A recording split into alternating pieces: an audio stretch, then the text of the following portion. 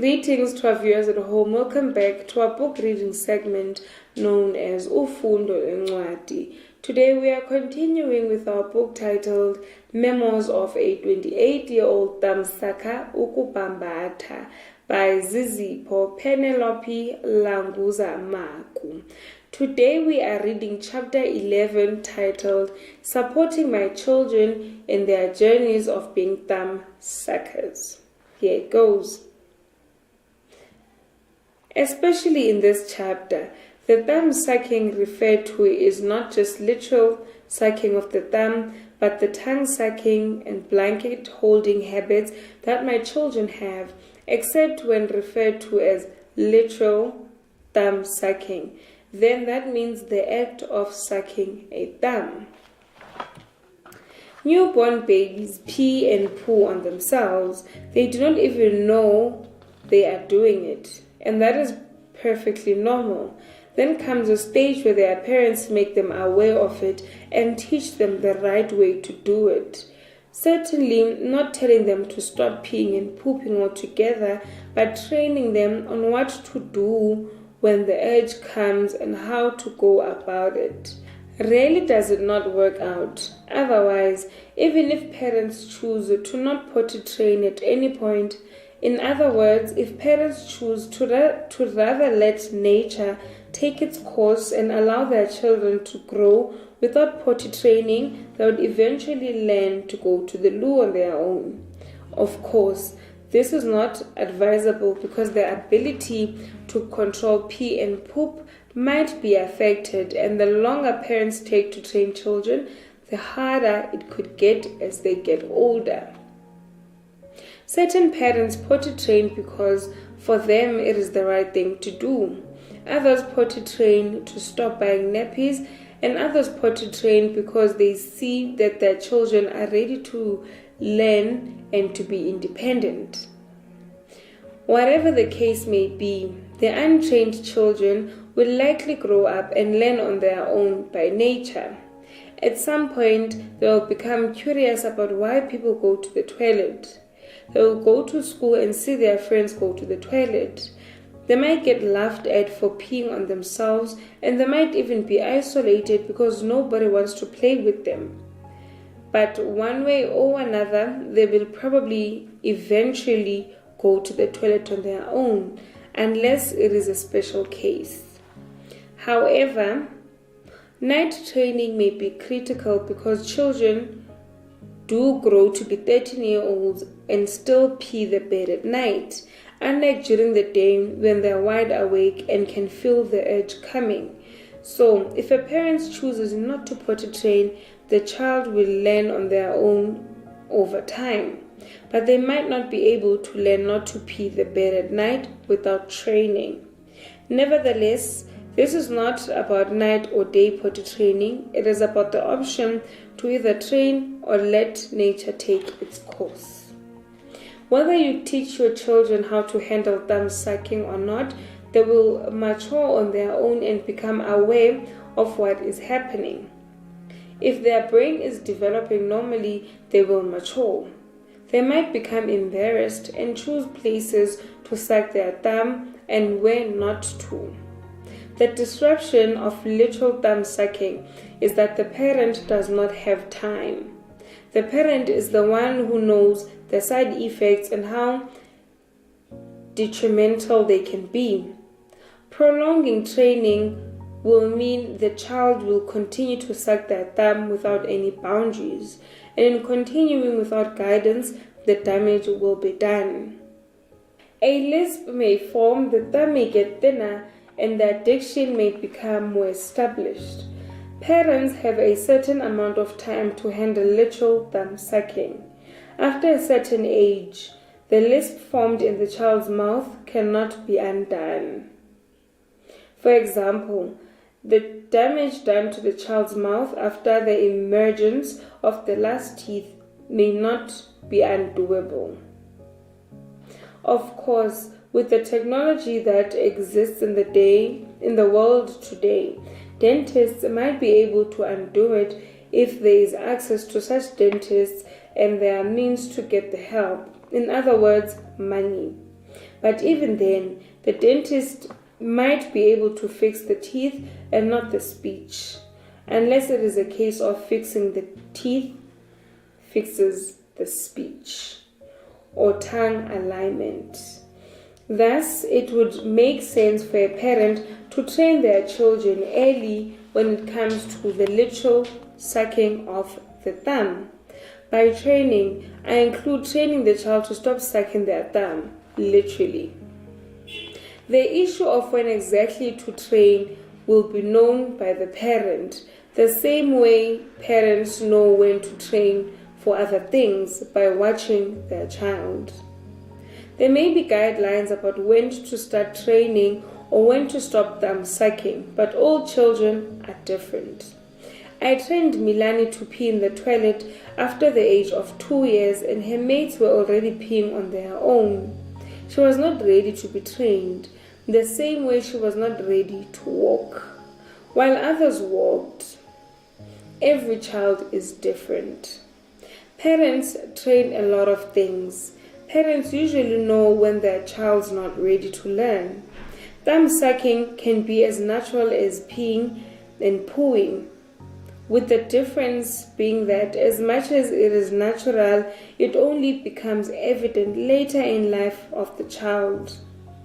Later, being around 8 months or so.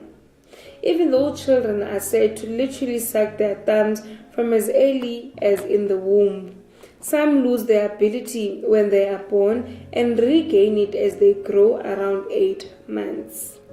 Losing the ability to literally suck the thumb does not mean the urge to suck the thumb is no longer there. As described in chapter 10, both Lina and Milani tried to suck their thumbs in infancy, but would form a fist instead, and I would have to help them separate the thumb from the rest of the fingers. They might have been able to suck their thumbs in the womb and unable to when they were born. I am not certain if my children sucked their thumbs in the womb or not, but I know that when they were babies, they wanted to suck their thumbs but could not. I can think of several things that I wish my mom had done or things that I wish she had taught me and things I will teach my children. Explain what is happening. One of the biggest challenges for me is that for the longest time I never understood what the habit was and why I was doing it. I was told stories of how it started, and I was very much aware that I was different from the children in my neighborhood, but I did not understand what was happening and why. I do wish that my mom had done research on this for the sake of explaining to me what was happening. When I was old enough to understand, I would have preferred if she would have said, "This is what you are doing, this is why you are doing it, and this is how it may impact you now or in the future. This is how I think you should handle it from now, but generally, this is what is happening to you." I think the first step to walking the thumb-sucking journey is to start the conversation about what is happening. Recognize the urge and the catalysts. Next, we need to talk about recognizing the urge. Whenever I see my children suck their thumbs, I'll ask, "Why are you sucking your thumb right now? How are you feeling? Are you just bored? Are you anxious? Are you unaware that you are doing it? How did you feel before you put your thumb in your mouth? What was that feeling that you felt that led you to put your thumb in your mouth?" It is important to know what causes them to want to suck their thumbs. Any answer to these questions is a good answer, including the answer that they may be sucking their thumb because they are bored, or they did not even realize that they were sucking their thumb. Those are good answers because from there we can work on getting rid of reasons such as these for sucking the thumb. I'll then start the conversation about limiting the sucking of the thumb unnecessarily, especially if there is an intention to train my children to use thumb sucking as a coping mechanism in life. I would encourage my children to stop sucking their thumbs out of boredom or to not suck their thumbs unconsciously. They must be aware what they are doing. They must be always aware of who they are and their surroundings. They must recognize what they are feeling and know what drives them to suck their thumbs. To know what to do when the urge comes. It is important that between habit and mind, the mind must prevail. Sucking the thumb may not be wrong, but sucking the thumb at the wrong time and place might be wrong. So, it is important to know what to do when the urge comes at the wrong time and place. Understand that the time to suck your thumb will come. If you're at school or work or professional conference, surely you will sleep at home or in your room or under the blankets and you will get a chance. If it is during a presentation and home time is too far, surely there will be a tea break and lunch and you may be able to help yourself in private. There will always be a chance for it. Until the chance comes, the ability to endure must prevail. Should you be in class and one of the rules is to not suck your thumb during class, then do not suck your thumb in the classroom. Learn to control the urge. Even when you feel anxious at that particular time, you can learn to control the craving. Learn to live without it. Habits can be controlled partially or completely. It is possible to live with sucking your thumb minimally and spending prolonged periods without sucking the thumb, or to live without sucking the thumb at all. It is important to learn to live without it. I will teach my son to learn to sleep without a blanket so that he can survive without it on nights or times when he wants to sleep and the blanket is not there. I will be training for the first time and have no idea what direction it will take. However, I want to try something different from how my mother handled the situation and see if it will work.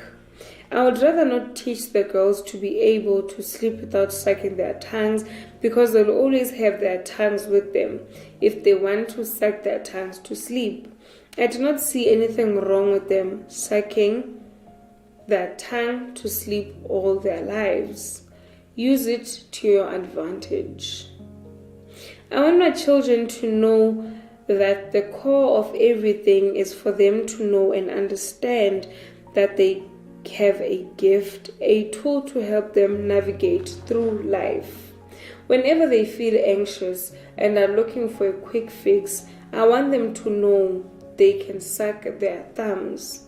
To know that their thumb sucking is a built-in coping mechanism that they can use to switch their mind off and relax for a moment. I would like my children to be understood as I understand them. They will go to school at some point where they will have different teachers and different classmates. I want them to be accepted as they are. Well, viewers at home, that was the end of chapter 11. That was titled Supporting My Children in Their Journeys of Being Thumb Suckers. Next week we'll be reading chapter 12 that is titled How Children Are Forced to Stop. Continue liking and sharing the Informer. See you next week.